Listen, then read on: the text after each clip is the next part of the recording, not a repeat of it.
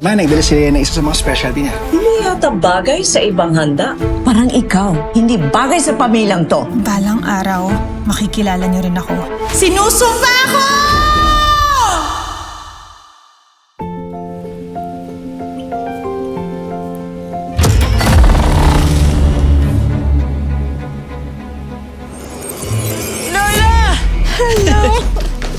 Ma, ba't di ka nagsabi na dadating kayo?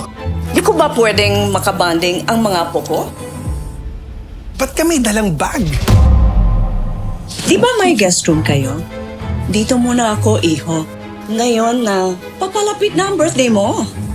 Leia, sa amoy pa lang na niluto mo, hindi na ako magtataka kung mangangayayat ang mga apo ko. Ma, Hayaan mo mga apo. May dalang pagkain ang lola. Mas masarap pa? Sa ano ba yan? Ano yan? Cheesy torta. Hindi ako papayag na matalbugan niya ako sa sarili kong pamamahay. Too late, Leia. Naririnig niyo ang nasa isip ko? Iha, nagulat nga akong may laman pala ang isip mo. Nagkamali kayo ng pagpunta rito.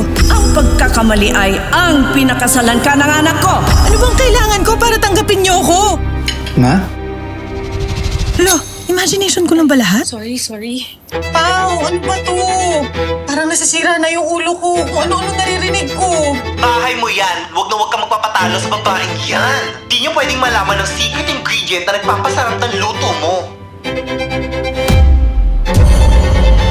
Humanda ka sa akin.